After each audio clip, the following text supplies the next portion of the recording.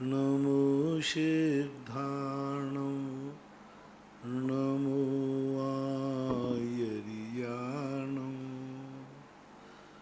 नमो वज्रायाणं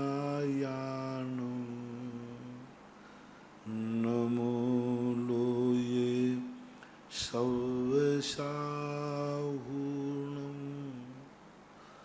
पंच परमेष्टि भगवान की जय। आचार्य श्री गुरुवर कुंद कुंद महाराज की जय। आचार्य श्री गुरुवर विद्यासागर जी महाराज की जय। परम पूज्य निर्यापक श्रमण मुनि श्री सुधा सागर जी महाराज की जय। आशय जैन टीकमगढ़। गुरुवर नमोस्तु। महाराज जी, इनकी जिज्ञासा है कि सभी तीर्थंकरों के मूल गुण समान हुआ करते हैं, तो फिर किस आधार पर हम तीर्थंकरों को मूल नायक बनाया करते हैं? इसके दो कारण होते हैं। एक तो श्रद्धा के आधार पर, हमारी जिसके प्रति विशेष श्रद्धा है, भावना है, उसको बना ले। दूसरा, ज्योतिष के अनुसार भी नगर के लिए, व्यक्ति के लिए, ज्योतिष के अनुसार जैसे आप लोग बच्चे बच्चियां सभी हैं और उन बच्चे बच्चियों की कहीं ना कहीं तो शादी होती है, लेकिन आप कुंडली मिलाते, क्या जिससे आपकी कुंडली नहीं मिली, क्या उसकी संसार में किसी से कुंडली नहीं मिलेगी? तुमसे नहीं मिली, दूसरे की मिलेगी। तीर्थंकरों को भी, क्योंकि ज्योतिष के आधार पर जो उनके जन्म नक्षत्र आदि होते हैं, उनके आधार पर भी कभी मूल नायक बनाने का भाव होता है। प्रायः एक श्रद्धा का रूप 9वीं शताब्दी के बाद ये सारे विकल्प आए। 9वीं शताब्दी के पहले सभी मूर्तियाँ बिना चिन्ह की होती थी, तो उनमें से जो बीच में बैठती थी सिंहासन पर और जो गर्भालय के अंदर बैठती थी, कोई ना कोई एक को तो चयन करना ही पड़ेगा। मान लो 24 मूर्तियाँ हैं तो कोई ना एक को तो बीच में बैठाना पड़ेगा। तो जो मूर्ति थोड़ी बड़ी होती थी, ठीक होती थी गर्भालय, तो उसको मूल नायक बना लिया जाता है। हालांकि मूल नायक का कोई भी उल्लेख हमारी शास्त्रीय परंपरा में नहीं मिला। प्रतिष्ठा पाठों में इतना ही संकेत किया है, किसी एक को मूल नायक मान करके जिससे वह मंदिर, वह व्यवहार उस नाम से किया जा सके, तो ये संकेत मात्र मिलता है, बाकी कोई विशेष नहीं। अनुमेहा आशीष जैन मुंबई। गुरुवर नमोस्तु। महाराज जी, इनकी जिज्ञासा है कि क्या मनुष्य और देव सिद्धशिला तक जा सकते हैं क्या? पद्म पुराण में आया है कि राम लक्ष्मण ने जाकर के वहाँ पर सिद्धशिला उठाई, तो कैसे महाराज जी? वो सिद्धशिला नहीं, लिखने प्रश्न करने वाला कोटि शिला होती है। कोटि शिला का अर्थ होता है जहाँ 1 करोड़ मुनियों ने मोक्ष प्राप्त किया हो। तो वो जमीन के अंदर ही थी जिस समय उनको वनवास हुआ और वैदेही का अपहरण हो चुका था। उसके बाद वो शिला, इससे तो ये सिद्ध होता है कि वो कहीं दक्षिण भारत में शिला है क्या, अब ये बड़ी खोज की विषय है। कई लोग कुलवा पहाड़ को कोटि शिला बोलते हैं, कई लोग कुलवा पहाड़ को सामान्य रूप से शिखर जी, छोटी शिखर जी भी बोलते हैं।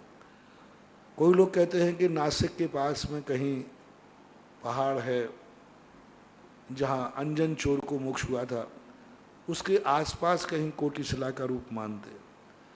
तो अब ये खोज का विषय है, लेकिन वो सिद्ध शिला को नहीं उठाया, जमीन के अंदर पहाड़ पर कोटि शिला थी उसको उठाया था। क्योंकि ये नियम है, जितने नारायण होते हैं वे सभी नारायण उस कोटि शिला को उठा करके ही अपनी शक्ति का परीक्षण करते। सबसे पहले जो नारायण थे उन्होंने अपने बाहुबली से वही कोटि शिला अपने सिर के ऊपर दोनों हाथों से उठा ली थी। धीरे धीरे अवसर्पण के कारण उनकी शक्ति घटती गई। दूसरे ने सिर के बराबर उठाई, तीसरे ने कंधे के बराबर उठाई, ऐसे नाभि के, सीने के नाभि कम करते करते लक्ष्मण ने मात्र उस शिला को 4 अंगुल प्रमाण ही उठा पाए थे, क्योंकि धीरे धीरे शक्ति की हीनता होकर। अंकित जैन सारंगपुर। डॉक्टर महाराज जी, इनका प्रश्न है कि संसार रूपी अटपी से पार होने के लिए क्या 22 परेशानियों को सहन करना अनिवार्य है? बराबर सहन करना, आवे या ना आवे, लेकिन 22 बरस से सहन करने का संकल्प, मानसिक विल पावर, संकल्प शक्ति होना चाहिए। कोई जरूरी नहीं कि किसी के जीवन में 22 परिसर आवे, लेकिन संकल्प करने के लिए जो ये कहे मैं 22 में से फलाना परिसर सहन नहीं करूँगा, वो मुनि की कोटि में नहीं आ सकता। नहीं करूँगा अब नहीं आ सकता, उसको करना मौका नहीं मिले, करने में थोड़ा बहुत विकल्प आ जाए, लेकिन यदि वो निषेध करता है तो वो मुनि की कोटि में नहीं है। जैसे कोई मुनि महाराज कहे महाराज देखो हम सब कर लेंगे, लेकिन केश लॉन्च नहीं करूँगा अकेला बस, और बाकी सब कर लेंगे, एक मूल गुण नहीं पालूंगा, तो वो तो नहीं बने, क्योंकि वो पहले ही से संकल्प कर रहा है, तो मुनि हो ही नहीं सकता। अब रही बात उसमें दोष लगना, मैं खड़े होकर आहार नहीं करूँगा बाकी सब पाल लूँगा, तो ऐसी शर्त नहीं लगाई जाती। कानून जो होता है वो कानून के अनुसार होता है, कानून को हमें पूरा फॉलो करना ही पड़ेगा। हाँ, अब आगे उसमें जाकर के परिसय हमारी ज़िंदगी मौके ही नहीं है। 22 परिसय कितना पर एक बद परिसय है, बद नाम का, अभी मैं मरा नहीं हूँ, जिंदा हूँ, अभी तक आया नहीं। कितने मुनि राजों को बद परिसय नहीं आया, उनको किसी ने मारा ही नहीं, अपनी मौत मरे, अपनी समाधि लेकर मरे। लेकिन ये नहीं कह सकता मैं बद परिसय सहन नहीं करूँगा, मरने की बारी आएगी तो मुनि पद छोड़ के भाग जाऊँगा। हाँ, ऐसे तो लगा दे महाराज देखो मैं सब सहन करूँगा, लेकिन कोई मुझे मारने आएगा ना तो मैं कपड़े पहन करके भाग जाऊँगा गाड़ी में बैठ करके। तो ऐसा करेगा तो उसका मुनि व्रत नहीं बनेगा। 22 परिसय बहुत सारे परिसय हैं जो अभी हम लोगों की ज़िंदगी में नहीं आए, उनका संस्कार भी कभी नहीं आए, कभी ऐसा मौका पड़ा हो ऐसा। महाराज जी, उपसर्ग और परिसहों में क्या अंतर है? परिसय जो होते हैं यह एक जीवन का एक अंग बन जाते हैं। उपसर्ग जो हैं बिना इच्छा के अनायास आ जाते हैं। जहाँ जहाँ परिसय है वहाँ वहाँ उपसर्ग की स्थिति नहीं बनाई जा सकती, जहाँ जहाँ उपसर्ग है वहाँ वहाँ परिसय जरूर है। उपसर्ग अनिच्छापूर्वक आने पर हमें सहन करना पड़ता है, परिसयों को हम सहन करने के लिए संकल्पबद्ध होते हैं। डॉक्टर चंदा मगन जैन आष्टा, महाराज जी इनका प्रश्न भी यही है कि अदर्शन परिसय क्या कहलाता है? आदर्शन परिसय का अर्थ होता है कि उनके मन में कभी कभी ये भाव आता है, इतने दिन मुनि दीक्षा ले ही हो गया, इतनी साधना तपस्या कर रहा हूँ, कुछ समझ में नहीं आ रहा है, क्या गलत नहीं कहेंगे मैंने गलत कर लिया, कुछ समझ में नहीं आ रहा है, बात क्या है। इतने दिन केवल के मोक्ष मुनि हो गए, अभी तक केवल ज्ञान नहीं हुआ, अभी तक शुद्धोपयोग नहीं हुआ, इस प्रकार की पर क्या पता, कोई समझ में नहीं आ रहा है। तो बोला कि तुमने गलत है मुनि पद, नहीं नहीं मैं ये गलत नहीं कह रहा हूँ, पर कुछ समझ में नहीं आ रहा है। ऐसा परिणाम कभी कभी साधु के मन में आ सकता है, उसको आदर्शन परिसय बोलते हैं। आदर्शन परिसय अभी भावलिंग गिरा नहीं, गुणस्थान गिरा नहीं, लेकिन दर्शन मोहिनी के उदय में होता है, यानी सम्यक प्रकृति के उदय में होता है, गिरा नहीं गुणस्थान, लेकिन क्या पता कुछ समझ में नहीं आ रहा है, ऐसा परिणाम आ जाता है, इसको आदर्शन परिसय। गर्वित जैन अजमेर, गुरुवर नमोस्तु। महाराज जी इनकी जिज्ञासा है कि भगवान के ऊपर जो चवर रहते हैं अष्ट प्रातिहार के रूप में, उन चवरों को क्यों ढुलाया जाता है? ये कहीं पर लिखा हुआ है कि ढुलाना चाहिए क्या?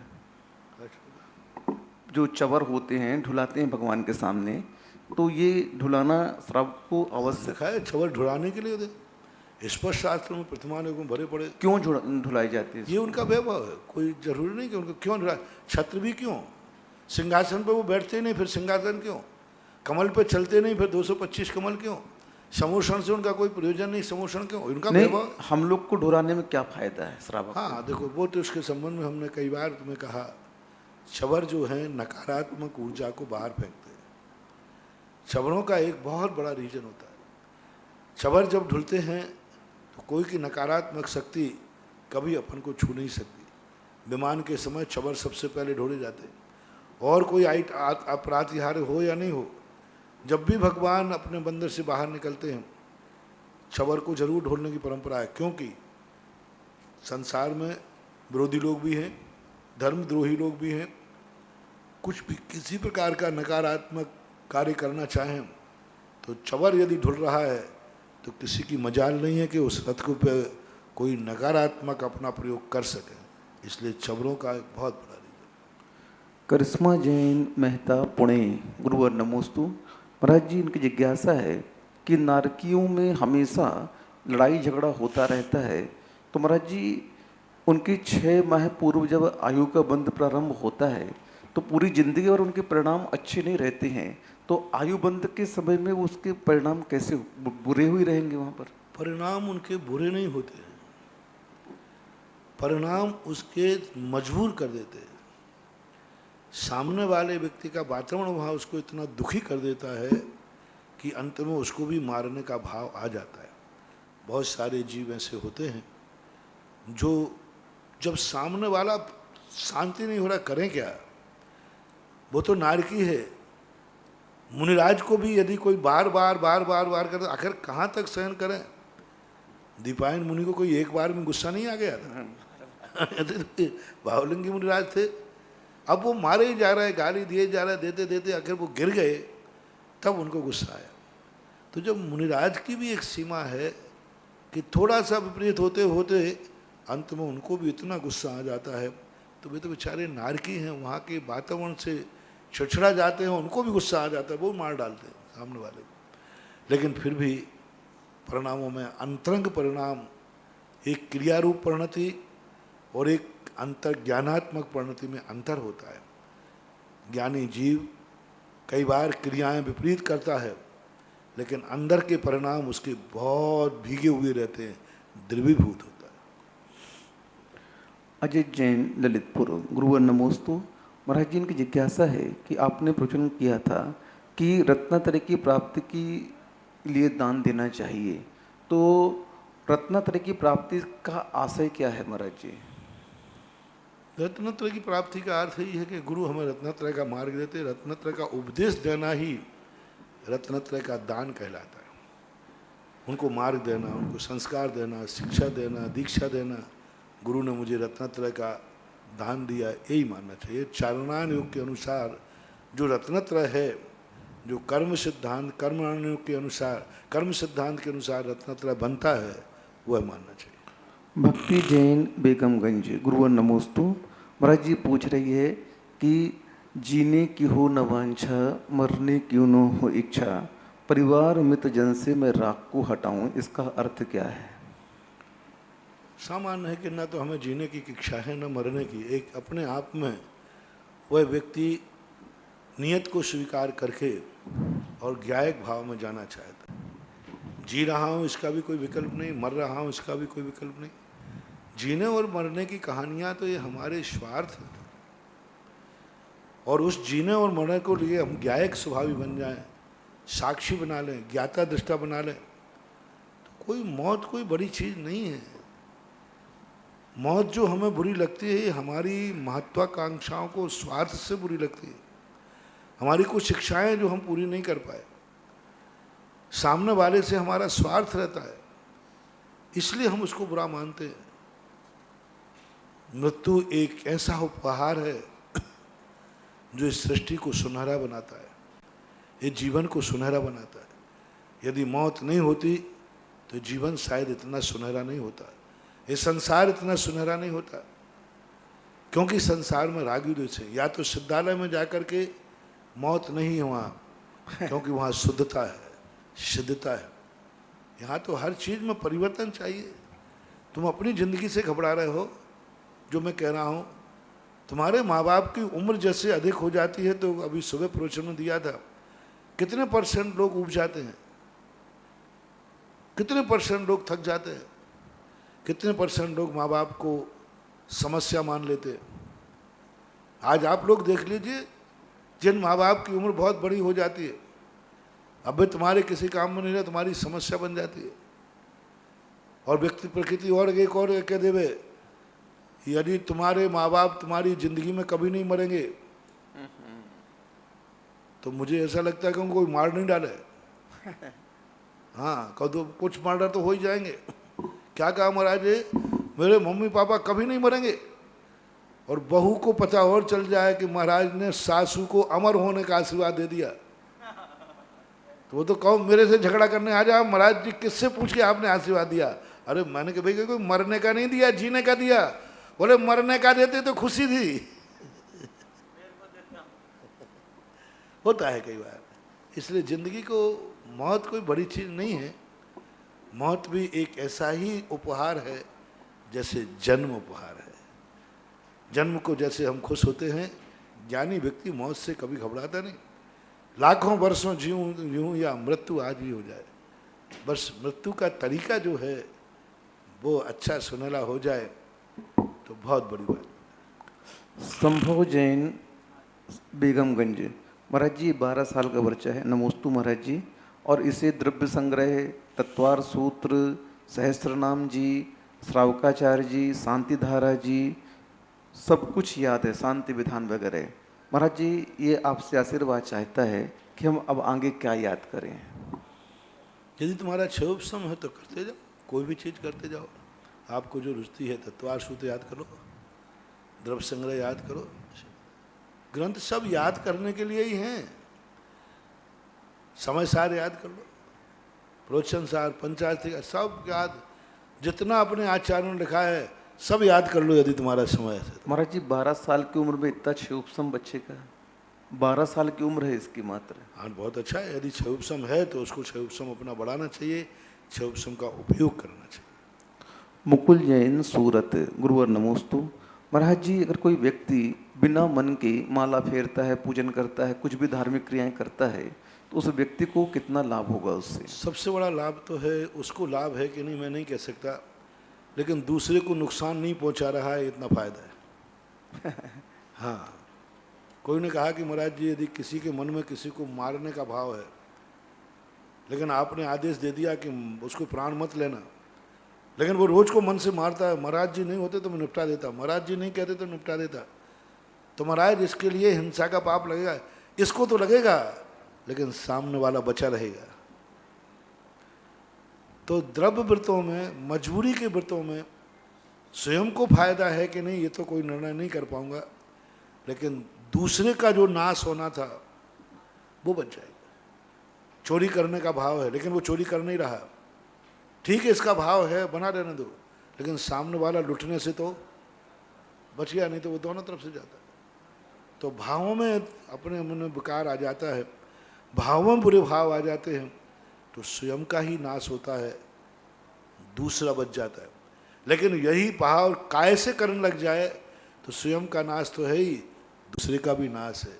इसलिए जैन दर्शन ने सबसे पहले कहा भाव से तुम पाप छोड़ो या नहीं छोड़ो, पहले काया से छोड़ो, द्रव्य से छोड़ो, बाहर से छोड़ो। तुम्हारा मन नहीं छोड़ रहा है तो तुम जानो, तुम मन से नहीं छोड़ पा रहे कोई बात नहीं, लेकिन मैं ये पाप काया से नहीं करूँगा।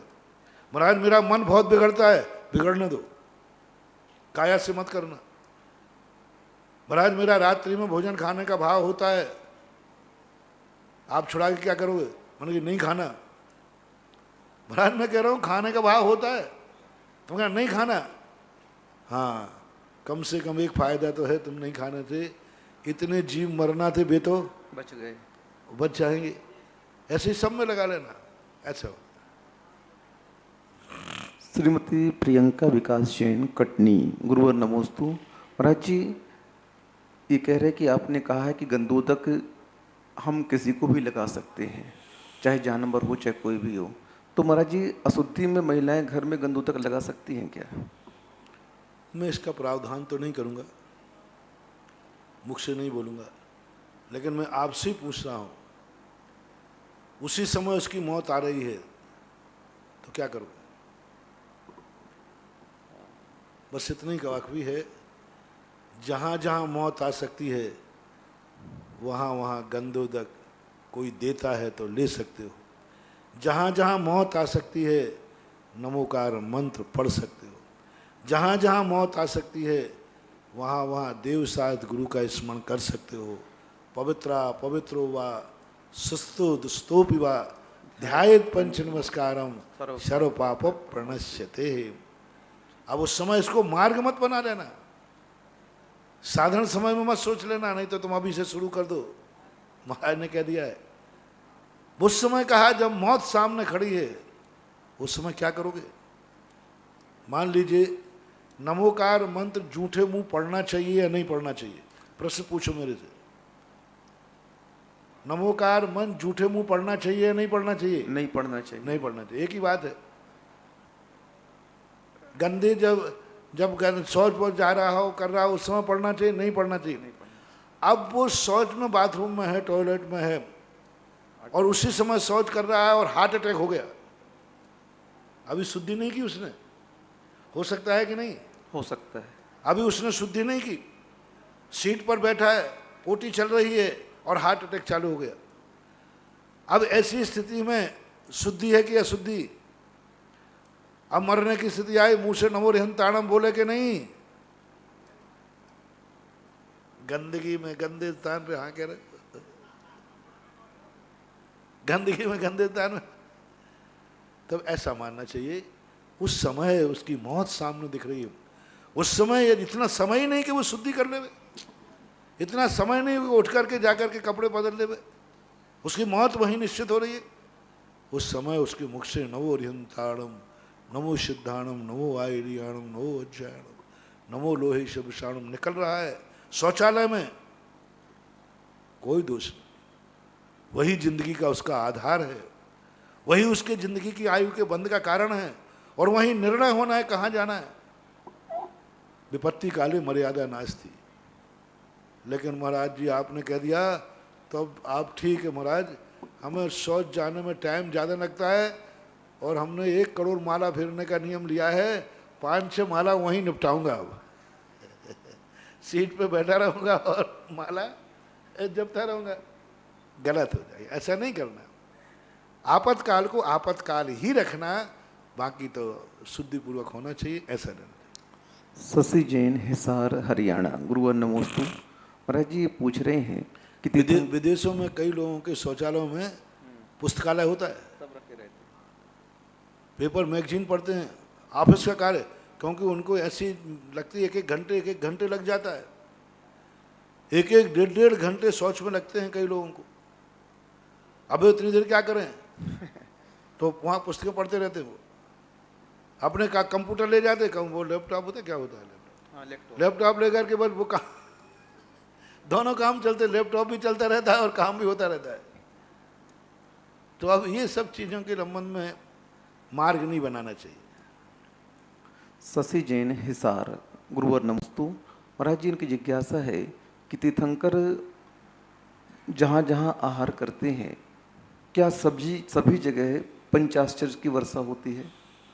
नहीं, ऐसा शास्त्र में कोई उल्लेख नहीं। पूज्य वज्रसेन स्वामी ने स्पष्ट उल्लेख किया कि तीर्थंकरों के, सभी तीर्थंकरों के प्रथम पारणा पर ही पंचाश्चर्य हुए। प्रथम तीर्थंकर सभी पहली पार, उसके बाद नहीं हुए। लेकिन महावीर स्वामी की सभी पारणाओं पर जितने बार हार लेने गए उतने बार पंचाश्चर्य हुए, हरिवंश बात। लेकिन पार्श्वनाथ, नेमिनाथ भगवान के पहली पारणा पर पंचाश्चर्य हुए, उसके बाद का कोई उन्होंने उल्लेख नहीं किया। इससे सिद्ध है कि हमेशा हो ये कोई नियम नहीं, दाता का पुण्य तेज हो तो हो जाता है। कांता जैन, पाटनी, भीलवाड़ा। गुरुवर नमोस्तु। महाराज जी इनके जिज्ञासा द्रव्य संग्रह की 14वीं गाथा से है कि सिद्ध परमेष्ठी को निकम्मा क्यों कहा जाता है, और क्या सभी संसारी जीवों की ऊर्ध्व गति होती है? प्राकृत भाषा में निष्कर्मा शब्द है, वो हिंदी में निकम्मा बोलते हैं, उसका अर्थ अलग है, और प्राकृत में निकम्मा शब्द का प्रयोग होता है निष्कर्मा, जिनके संपूर्ण कर्म निकल चुके हैं, कर्म, नौ कर्म, भाव कर्म, सभी कर्म निकल चुके हैं, उनको निष्कर्मा बोलते हैं। डॉक्टर अमित जैन, तलवाड़ा, बांसवाड़ा। गुरुवर नमोस्तु। महाराज जी इनकी जिज्ञासा है कि संसार का बीज कर्म ही होता है या और कुछ होता है? बीज तो कर्म नहीं होता, राग द्वेष होते हैं। कर्म तो फल है, कर्म तो खेत है, निमित्त है। मूल जो बीज हैं वो राग द्वेष आत्मा का कषाय परिणाम, वह बीज है, कर्म बीज नहीं हो सकता। सुरेन जैन सहारनपुर, गुरुवर नमोस्तु। महाराज जी, किसी की जैन बेकरी है और उस जैन बेकरी में निम्न जाति के लोग जो मांसाहार करते हैं वो कार्य कर रहे हैं, तो उसके यहाँ का पदार्थ हम शुद्ध मानेंगे क्या? जैन बेकरी है और जैन बेकरी जहाँ पर बिस्कुट आदि बनती है, जैन बेकरी, तो वहाँ पर मुसलमान या निम्न जाति के लोग काम करते हैं, तो वो पदार्थ लेना चाहिए कि नहीं लेना चाहिए? वो पदार्थ तो नहीं लेना चाहिए। यदि आपको मालूम है कि इस प्रकार का है तो नहीं खाना चाहिए। श्रीमती चंदा डॉक्टर मगन जैन आष्टा, गुरुवर नमोस्तु। महाराज जी, जो जीव का शरीर है वह एक निश्चित आकार में रहता है, स्वदेह में रहता है, तो जब यह स्वदेह को छोड़ देता है तो जीव का आकार क्या लोक के बराबर हो जाता है? नहीं, जैसे सांचे में निकली हुई वस्तु सांचे से निकालने के बाद सांचे के आकार की ही रहती है, इसी प्रकार मरण करने के बाद शरीर का जो आकार था इसी आकार में रहेगा। जैसे मान लो बैठे हुए हैं तो बैठी हुई आत्मा है तो आकार का आत्मा विग्रह गति में बैठी हुई जाएगी, लेटे हुए हैं तो आत्मा लेटी हुई जाएगी, करवट से हैं तो आत्मा करवट के रूप में ही जाएगी। जिस पोजीशन में वो शरीर छोड़ती है उसी पोजीशन में वही आकार में विग्रह गति में उसका बना रहता है।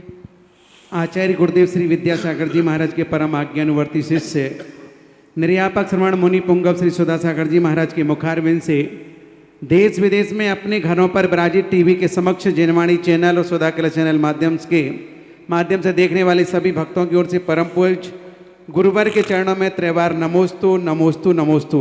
इस क्षेत्र पर चल रही बहुत सारी योजनाओं में एक योजना जो कि स्वर्णदान बड़े बाबा की बेदी में स्वर्णकारी होगा, उसके लिए 51 रुपये की राशि प्रीतिश टीना आरब जैन दिल्ली आरब के 6वें जन्मदिवस के उपलक्ष्य में, और असीमकालीन भक्तांबर में चंद्रोदय तीर्थ चांद खेड़ी जो कि विश्व की सबसे मनोज्ञ प्रतिमा है और आदि ब्रह्मा आदिनाथ भगवान है। कुछ ही नाम और शेष बचे हैं जिनको भी भेजना है, बहुत फटाफट भेज दें, क्योंकि जैसे ही संख्या पूरी होगी और महाराज श्री के आशीर्वाद से कार्यक्रम प्रारंभ होने वाला है। सभी के नाम 51,000 रुपये की राशि में। पहला नाम है रतनलाल जी, श्रीमती अनार देवी, धनोप्या विमल, पारस पवन, संजय, सौरभ, हिमांशु, संयम, द्रव्या, धानोप्या, ढाबा वाले निवासी शीमल्या। दूसरा नाम है स्वर्गीय मथुरालाल जी, हरसौला की स्मृति में। सौभाग्य भाई, शांतिलाल, बसंतीलाल, अरुण कुमार, हरसौला समस्त परिवार, भानपोरा। तीसरा नाम है Manik Chand ji, Rajiv Jain, Mithilesh, Tanya, Sambhav Jain, 35 Saint Peter's Colony Agra. Gayatri Devi इनके परिवार से, उनका भी नाम आया है बाद में। चौथा नाम है श्रीमद सिंगई श्रुत कुमार के तृतीय जन्मदिन के उपलक्ष्य में नेहा परिवार, अमर पाटन, जिला सतना। पांचवा नाम है रिकब चंद जी, राजाबाई, हेमंत, हेमलता, विनोद, जयंती, गर्भित, विनीत, सौम्य जैन, डूंगरवाल, अरलिया, कोटा।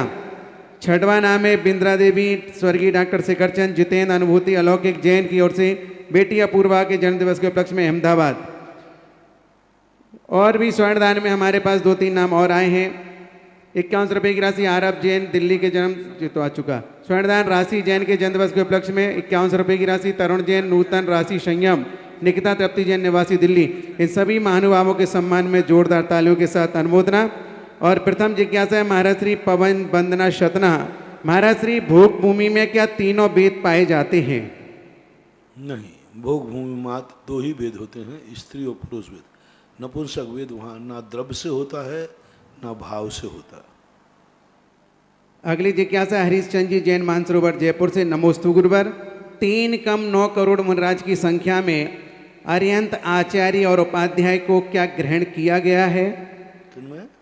3 कम 9 करोड़ मुनिराजों की संख्या में अरिहंत आचार्य और उपाध्याय। आचार्य उपाध्याय से वहाँ कोई विकल्प नहीं है, 6ठे 7वें गुण स्थान से ग्रहण किया गया। अगली जिज्ञासा, आचार्य उपाध्याय हैं, अरहंत भी आएंगे उसमें, अरहंत परमिष्टि तो आएंगे ही आएंगे। अरहंतों की संख्या सर्वार सिद्धि के अंदर पीछे परिशिष्ट के अंदर इनकी गणना गिनाई गई है। पुजवर वीरसेन स्वामी ने धवलाव जी में भी इसकी संख्या गिनाई हुई है। 6ठे गुण स्थान से लेकर 7वें के पूरे गुण स्थानों की श्रेणी के और 13वें गुण स्थान के और 14वें गुण स्थान थे, यानी 6ठे से लेकर 14वें गुण स्थान तक के सभी साधुगण आएंगे। यदि आचार्य छठे सातवें गुण स्थान में आएंगे तो आएंगे, लेकिन आचार्य परमेष्टि भी यदि नीचे के गुण स्थानों में है, द्रव्यलिंगी है, तो नहीं आएंगे। उपाध्याय भी ऐसे ही है। गुण वहाँ 3 कम 9 करोड़ से गुण स्थान से मतलब है आचार्य उपाध्याय अरहंत से कोई लेना देना नहीं, पर गुण स्थान होना चाहिए 6 से लेकर 14 तक। एक और चांद खेड़ी के लिए असीमकालीन में नाम आया श्याम सुंदरलाल जी के जन्मदिवस के उपलक्ष्य में जैन किरण लता, राजेश कुमार, शिल्पा, राजकिरण, रश्मि, रॉकी, निरंजन, निर्जरान, अभी, मोक्ष, अवधि, इन्होंने भी अपना नाम दिया है। अगली जिज्ञासा रिकॉर्डिंग के माध्यम से। परम पूज्य निर्यापक श्रमण के चरणों में हम सबका कोटिसह नमन। मुनि श्री आचार्य उमा स्वामी महाराज जी सामायिक शिक्षा व्रत के अतिचारों में कह रहे हैं कि योग दुष्प्रणिधाना नादर स्मृति अनुपस्थानानि। तो यहाँ योग दुष्प्रणिधाना, यहाँ योग दुष्प्रणिधान से क्या लेना? जैसे कि मन दुष्प्रणिधान में तो ठीक है कि सामायिक में कोई अशुभ संकल्प विकल्प हो जाए, लेकिन वचन दुष्प्रणिधान और काय दुष्प्रणिधान, जबकि संकल्प लेकर के साधक बैठा है, मौन लेकर के बैठा है, तो फिर और आसन से बैठा है, तो वहाँ दुष्प्रणिधान से क्यों लिया? और आचार्य भगवंत दुष् शब्द डाल रहे हैं, तो ये इसका अपन कैसे अर्थ निकालें? जिज्ञासा है। इसका अर्थ ही है कि वो दोष है, दुष्प्रणिधान, यानी यदि वो सही कर रहा हो तो ठीक है, मौन से बैठा है लेकिन बोल पड़ा, ध्यान में बैठा है और ध्यान से उसने पैर हिला दिया, मालूम मच्छर बैठा था और उसने मच्छर के लिए मार दिया, तो वो सामायिक में दोषी तो लगा दिया उसने। किस कारण से लगाया? दुष्प्रणिधान से, दुष्ट संकल्प से, दुष्ट क्रिया से, दुष्ट वचन से, दुष्ट काय से। यदि वो मौन रह जाता तो दुष्ट वचन से नहीं लगेगा, यदि काय को नहीं हिलाएगा तो दुष्ट काय से नहीं रहेगा। तो वही तो उसने दोष लगा दिया कि संकल्प किया था कि मैं मौन रहूँगा, लेकिन उसने बुरे शब्द बोल दिए, गुस्सा आ गया, सामने वाला गाली दिए जा रहा था, सामयिक बोले कृमड़ावट है वो, और वो गाली निकल गई। और इसी प्रकार काया से मान लो उसने दुष्ट कार्य कर लिया, कहा था मैं ध्यान में बैठूंगा, कुछ नहीं हिलूंगा रहूँगा, लेकिन फिर भी दुष्ट कार्य करने बैठ गया। मन से भी है कि मन से मैं कुछ भी विचार नहीं करूँगा, तो मन का तो हो ही जाता है, लेकिन काय से वचन से भी निर्बद्ध क्रिया करते समय भी ऐसे परिणाम होते पाए जाते हैं। ऐसे ऐसे लोग देखे मैंने, यदि किसी से झगड़ा हो जाए ना और वे उस झगड़ा के बाद तुरंत सामायिक बढ़ जाए तो माला नहीं, मैं देख लूँगा, उसने ऐसा कहा, उसने ऐसा कहा, वो सामायिक में बड़बड़ाते रहते, उसने ऐसा कहा, उसने ऐसा कहा। अरे भाई सामायिक है, पहले देखना है उसको, अभी तो सामायिक। इसी प्रकार काया से हो जाता है, काय के माध्यम से भी विपरीत कार्य हो सकते, कर सकते। अगली जिज्ञासा पुनः रिकॉर्डिंग के माध्यम से। गुरुवर नमोस्तु नमोस्तु नमोस्तु। रमेश गजिया, गांधीधाम। गुरुवर, आप कहते हैं कि जिसके पास सरस्वती होती है उसके पास लक्ष्मी भी होती है, पर यहाँ देखने में बस एक ही उदाहरण था अब तक, श्री रतनलाल जी बनेड़ा साहब का, जो लक्ष्मी पुत्र भी थे और सरस्वती के भी मालिक थे। गुरुवर, मेरी जिज्ञासा यह है कि पिछले 50-100 साल में तो एक रतनलाल जी बनेड़ा थे जिनको आपने परखा और उनको सरस्वती पुत्र भी बनाया लक्ष्मी पुत्र के साथ और आशीर्वाद दिया। गुरुवर, मेरी अब यह शंका है कि आने वाले 50-100 साल में मुझे तो ऐसा नहीं लगता कि अब जैन दिगंबर जैन समाज में कि लक्ष्मी पुत्र भी मिले और सरस्वती पुत्र भी मिले। इसके लिए हमारे जैन समाज को क्या करना चाहिए? गुरुवर नमोस्तु नमोस्तु, जिज्ञासा का समाधान करें। नमोस्तु। देखो, दो चीजें आज सामने आ रही हैं। कोई लक्ष्मी पुत्र सरस्वती को चाहता ही नहीं है, वो तो पैसे ही चाहता है। आज भी लक्ष्मी पुत्र यदि सरस्वती चाहना चाहें, कनाडा जी जैसे पढ़ना चाहें तो पढ़ सकते हैं, पढ़ना ही नहीं चाहते। इसी प्रकार जो सरस्वती पुत्र हैं, लोग कहते हैं जिनके पास सरस्वती है उनके पास लक्ष्मी, अरे उनके पास थी कहाँ, बाप के पास होती, वो बेटे के पास नहीं होती तब मानते। अरे थी नहीं तभी तो उन्हें सरस्वती पढ़ी। हम संस्थान में देखते हैं एडमिशन बहुत आए तो एडमिशन वो होते हैं जो अच्छी कंपटीशन फाइट नहीं कर पाते, अच्छे मेडिकल लाइन में नहीं जा पाते, जिनके अच्छे नंबर होते हैं 98-99 नंबर है, उनको संस्थान में नहीं आते। जो सारे के सारे सब जगह पे वे सोचते हैं कहीं तो किसी लाइन में तो निकल नहीं पाएंगे, तो इसमें आ जाते हैं। पर तो आज का समय जो है, पहले चौथे काल में जो जितना समृद्ध होता था वो धर्म करता था। बड़े आदमी स्वाध्याय करते थे, बड़े आदमियों की गोष्ठी होती थी। जो नगर के सेठ होते थे वे पंडित होते थे, वे गद्दी पर बैठ के भाषण करते थे। 1664 के लगभग की घटना है, सांगानेर में अमरचंद भौसा थे जो पूरे राजस्थान के एक बहुत बड़े सेठों में आते थे, जिनमें जौहरी का रत्नों का व्यापार था। वे प्रकांड विद्वान थे और शाम को आकर गद्दी पर बैठते थे और गद्दी भाषण करते थे, सब लोग सुनते थे।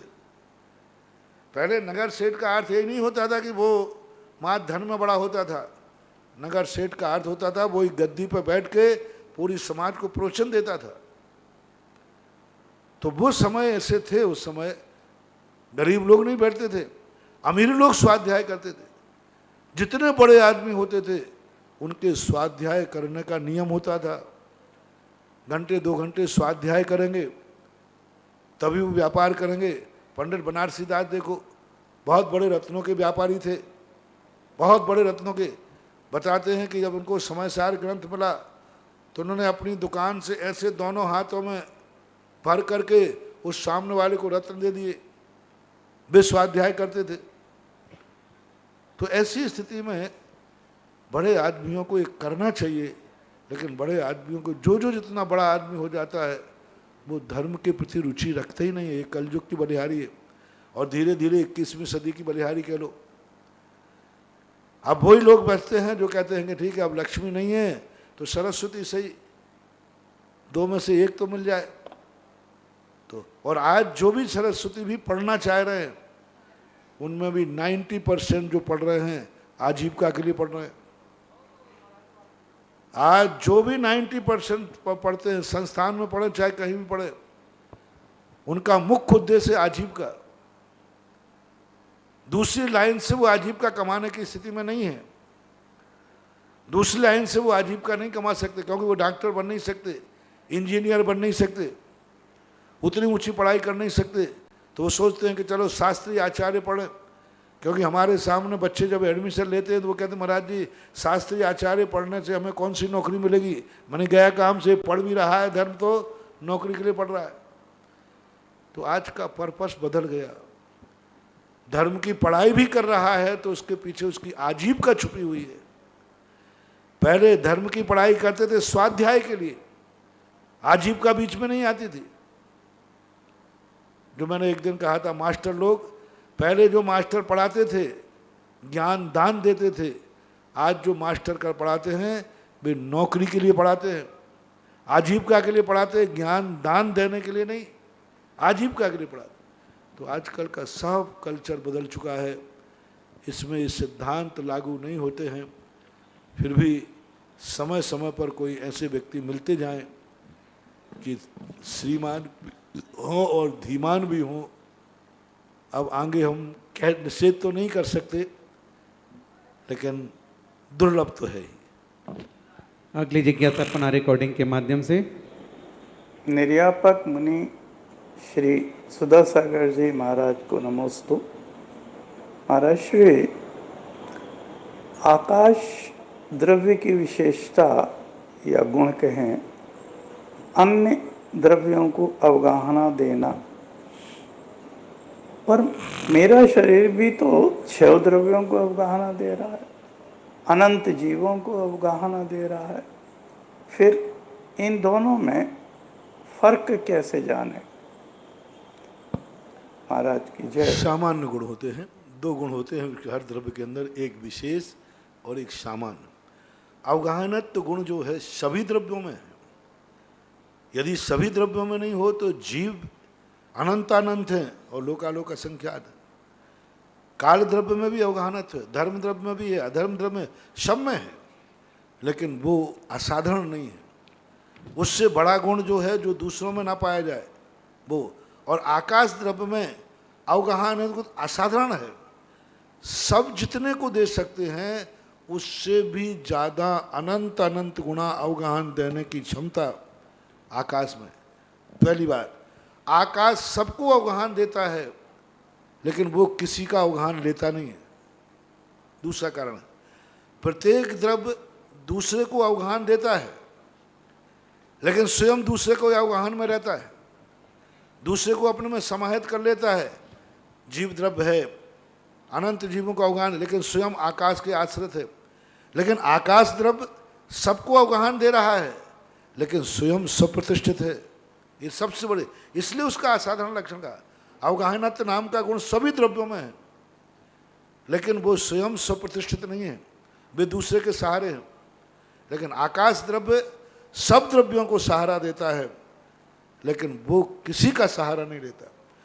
उनकी अवगाहना स्वयं प्रतिष्ठित है। ईश्वर पूज्यवर उमा स्वामी महाराज ने कहा आकाश स्वयं प्रतिष्ठित है, इस कारण से आकाश का अवगाहनत्व गुण असाधारण है, विशेषता को लेकर है, सभी द्रव्यों से व्यापक है, ऐसा मानना चाहिए। अगली जिज्ञासा पुनः रिकॉर्डिंग के माध्यम से। महाराज श्री के चरणों में त्रिकाल बार नमस्तु। महाराज श्री, मेरा प्रश्न है कि ये कुगुरु और कुदेव किनको मानना चाहिए, कृपा समाधान करें। नमस्ते महाराज। इसमें दो प्रकार के उल्लेख मिलते हैं। जो जिन धर्म के बिल्कुल विपरीत है, जिन धर्म से विपरीत उनका भेष है, जिन धर्म की विपरीत चर्या है, जिन धर्म के अहिंसा आदि उपदेशों से रहित है, ऐसे शास्त्र, ऐसे देव जो वीतरागता से रहित है फिर भी देवत्व को है, ये कुगुरु कुदेव कुशास्त्रों में आते हैं।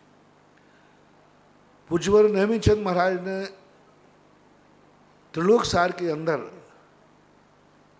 एक कुलिंगी शब्दों को दो रूप में प्रयोग किया। एक कुलिंगी वो जिनके हमने वर्णन किया, लेकिन जो जिन मुद्रा लेकर के भी जिन मुद्रा के विपरीत शीतलाचारी हैं और शीतलाचार को ही वो अपना मार्ग मानते, शीतलाचार को दोष में नहीं मानते। दो लेना, शीतलाचारी दो प्रकार के, एक वो शीतलाचारी सदोष जो दोष को दोष मानते हैं, हाँ ये दोष है, ये नहीं करना चाहिए और मेरे से हो रहा है, मैं इसका प्रायश्चित करता हूँ, प्रतिक्रमण करता हूँ, पश्चाताप करता हूँ, और बार बार अंतो डज्झामी करते। वो शीतलाचारी कुलिंगियों में नहीं आएंगे, कुदेवों में नहीं आएंगे। लेकिन एक वे कुलिंगी जो शीतलाचार को दिगंबर मुद्रा है, शीतलाचार को भी वो धर्म मानते हैं। शीतलाचार के लिए भी वो कहते नहीं, समय कोई बाधा नहीं है। जैसे समय समय पर यापनी संघ हुआ, यापनी संघ दिगंबर से मोक्ष मानता था, लेकिन कुछ ऐसी बातें थी जिनको वो स्वीकार करते थे, तो ये जैनाभाषी संघ कहलाते हैं। इनको भी पूज्यवर नेमिचंद महाराज ने कुलिंगी शब्द से प्रयोग किया। दिगंबर हैं, महावीर को मानते हैं, सब कुछ करते हैं, लेकिन शीतलाचार को ही धर्म मानते। वस्त्र लेने से कुछ नहीं होता है, मुनिव्रत में कोई बाधा नहीं होती है, और भी ऐसे कई शीतलाचार हैं। तो जो शीतलाचार को मूल मार्ग मान लेते हैं, ये भी कुलिंगी के अंदर आते हैं, ऐसा मानना। अगली जिज्ञासा पुनः रिकॉर्डिंग के माध्यम से। नमोस्तु गुरुवर, मेरा नाम रुचि जैन है, मैं गाजियाबाद से हूँ। मेरी जिज्ञासा ये है कि तीर्थंकर प्रकृति का बंद होने के बाद ये कैसे डिसाइड होता है कि कौन कहाँ के तीर्थंकर बनेंगे, भरत क्षेत्र, ऐरावत क्षेत्र या विदेह क्षेत्र के, और कौन से द्वीप के बनेंगे, जम्बू द्वीप, धातकी खंड या पुष्करवट द्वीप के, और कौन से नंबर के बनेंगे। कृपया जिज्ञासा का समाधान करें। नमोस्तु। पहला क्षेत्र की जो घोषणा है यह केवली भगवान के द्वारा घटित होती है। केवली भगवान इस बात का निर्णय उनके ज्ञान में आ जाता है। दूसरा, कौन से नंबर के बनेंगे ये उनकी तीर्थंकर प्रकृति के बंद होने के बाद उसकी क्या स्थिति है उसको देखकर, अथवा इसके भाव भ्रमण करने की निरत्निकाच्यता कितनी पड़ी है कि अभी वो इतने भाव घूमेगा ही। जैसे महापद्म नाम का तीर्थंकर का पहला तीर्थंकर कैसे बनेगा, क्योंकि 84,000 वर्ष तक 84,000 वर्ष तक उसे नरक में रहना है। अब 84,000 से जैसे निकलते ही कहाँ के तीर्थंकर की सीट खाली होगी, तो भरत क्षेत्र की। तो कुछ तो कर्म की स्थिति के आधार पर होते हैं और फिर केवल ज्ञानी के द्वारा गम है विषय। अगली जिज्ञासा है। नमोस्तु महाराज श्री। महाराज श्री, देखा जाता है कि सरकारी शिक्षक बनने के लिए एक परीक्षा दी जाती है और जो उस परीक्षा के में उत्तीर्ण हो जाते हैं वे सरकारी शिक्षक बन जाते हैं, और जो उत्तीर्ण नहीं होते हैं वे प्राइवेट स्कूल में शिक्षा देते हैं। लेकिन वर्तमान में देखने में आता है कि प्राइवेट स्कूल में शिक्षा का स्तर अच्छा है और सरकारी स्कूल का स्तर डाउन है। ऐसा क्यों? ये सरकारी मास्टरों की बलिहारी है, नहीं तो सरकारी स्कूल तो अच्छे होना ही चाहिए। राजकीय स्कूल जो हैं वो आज जो उनके ऊपर जो कमांड होना चाहिए, उनके मन में ये भाव आ गया है हम पढ़ाएं या नहीं पढ़ाएं, हमारा वेतन तो निश्चित है। और प्राइवेट वाले में कहते हैं कि यदि हमारा रिजल्ट बिगड़ा तो नौकरी से निकाल दूंगा, कभी भी निकाल सकते हैं। इस कारण थोड़ा बिगड़ रहा है। और प्राइवेट स्कूल वाले भी उन मास्टरों को, सरकारी स्कूल वालों को इतनी घूस दे देते हैं कि तुम स्कूल को ऐसा रद्दी करो कि सारे विद्यार्थी तुम्हारे यहाँ भर्ती नहीं करें, गार्जियन सब हमारे यहाँ कराएं। तो आजकल ये होता है। जैसे आपने देखा सट्टोर जो होते हैं, वो खेलने वालों को इतना रुपया दे देते हैं कि तुम्हें हारना है, जीतेंगे लेकिन हार जाएंगे क्योंकि उनको अपने सट्टे वाले को जिताना है। तुम्हें हम 50 करोड़ रुपया देंगे क्योंकि 1 अरब रुपया उन्होंने दाव पर लगाया है। तुम्हें हारना है, जीतना नहीं है। तो आजकल के क्रिकेट आदि के खेलों में ऐसी बदमाशी होने लगी है।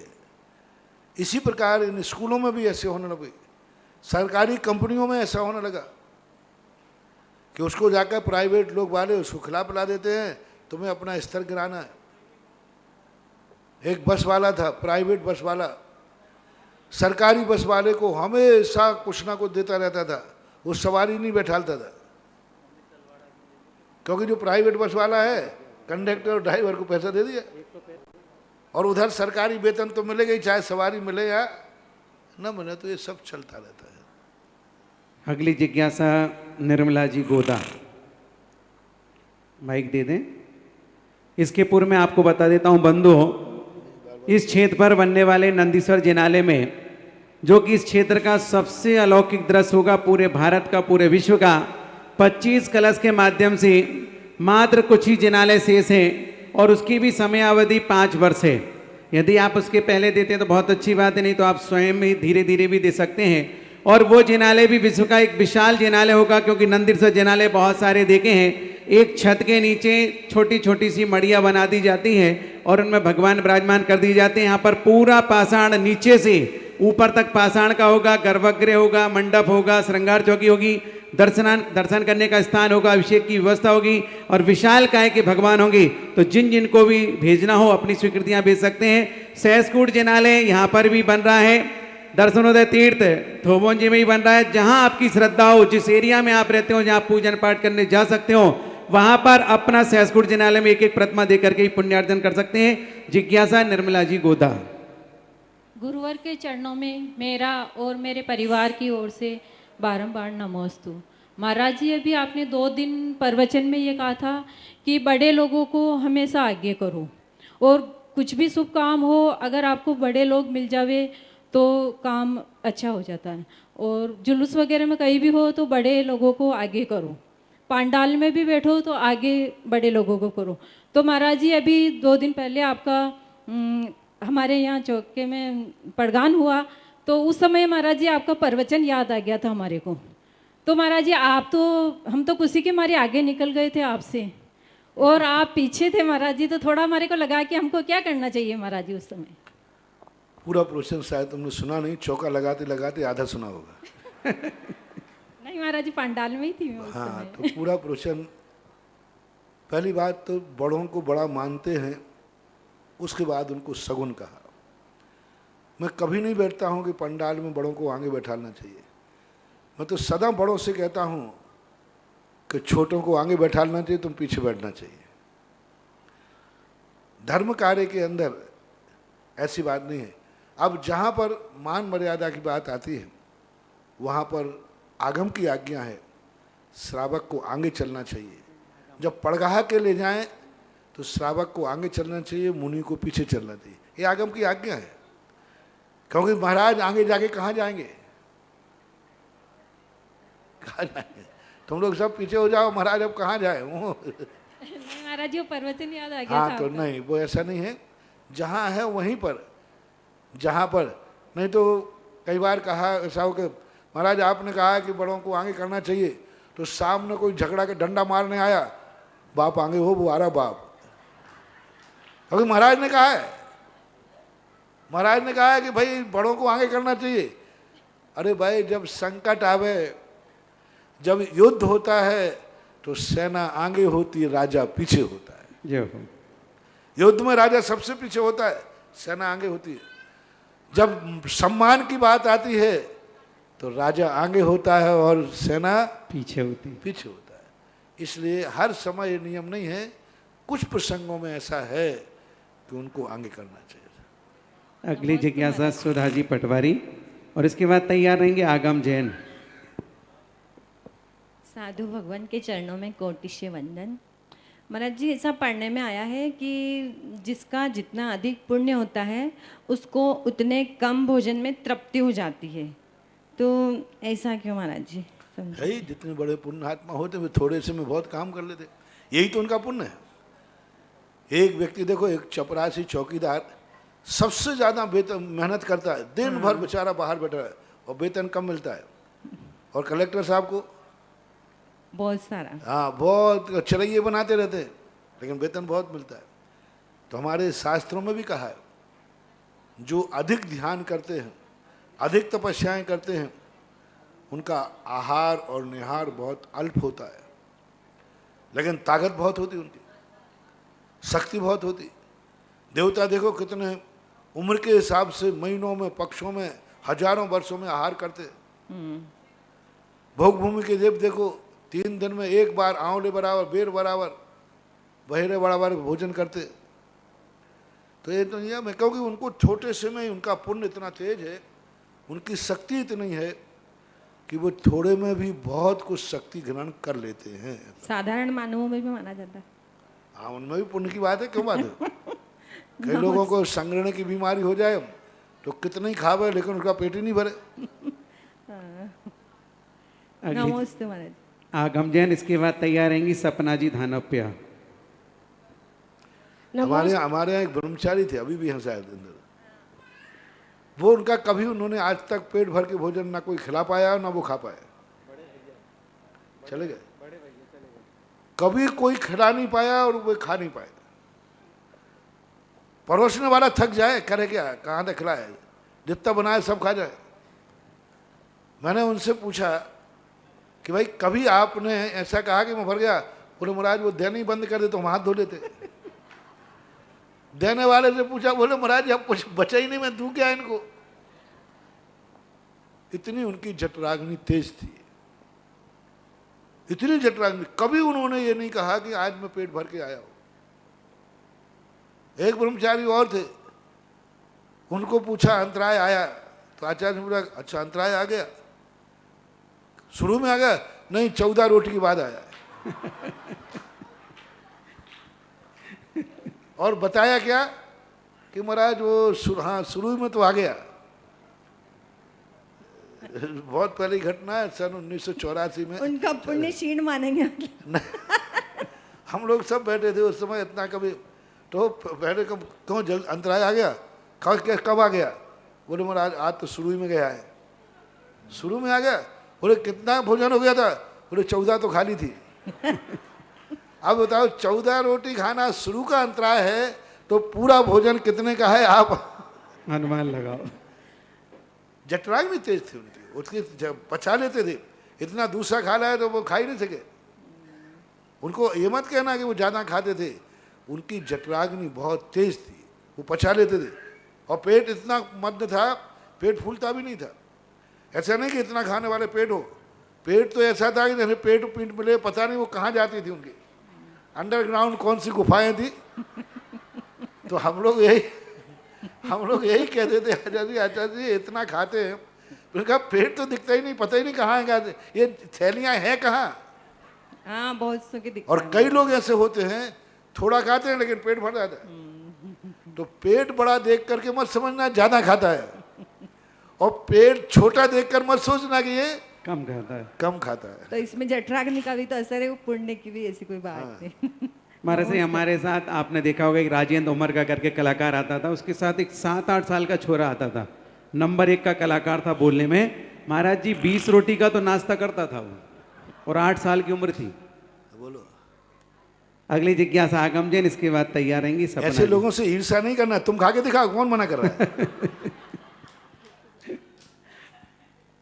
नमोस्तु महाराज जी।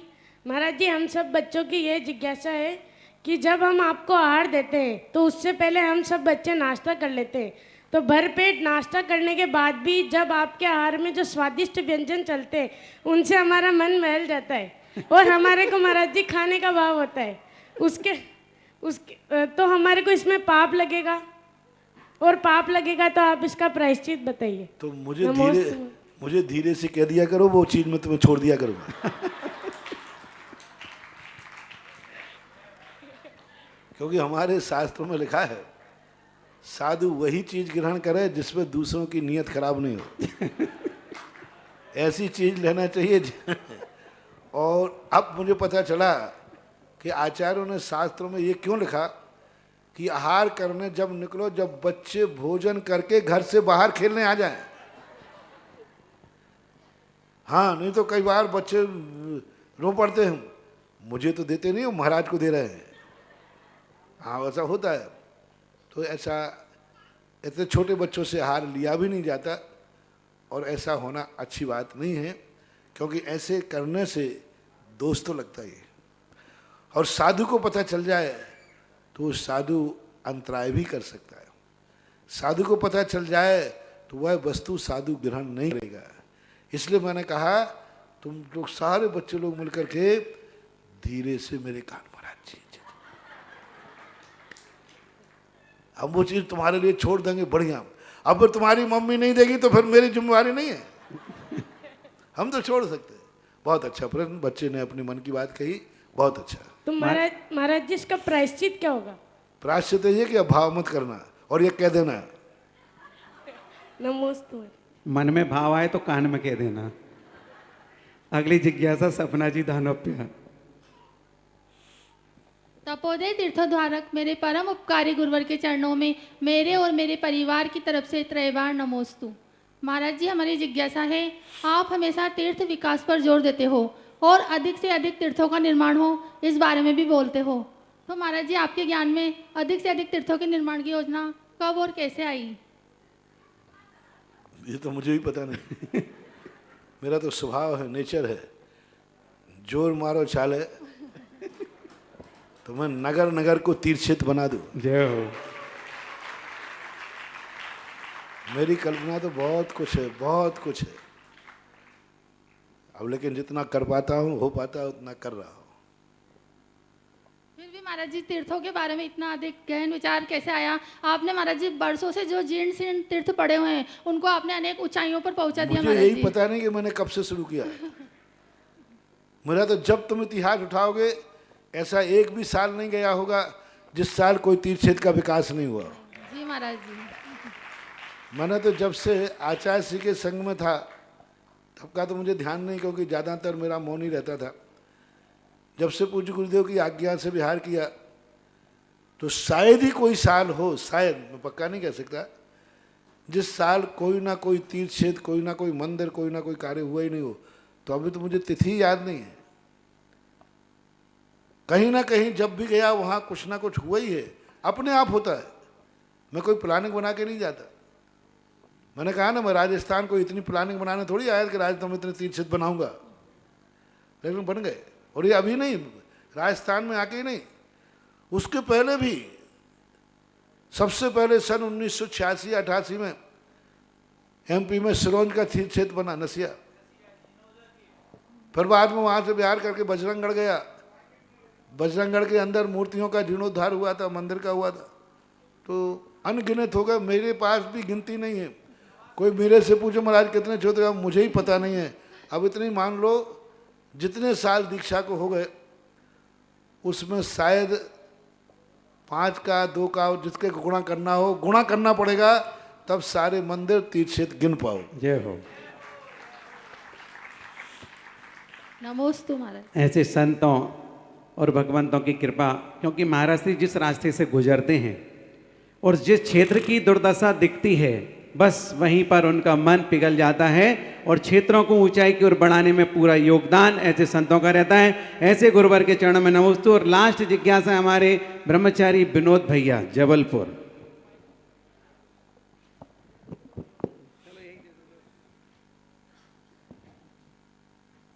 महाराज जी नमोस्तु।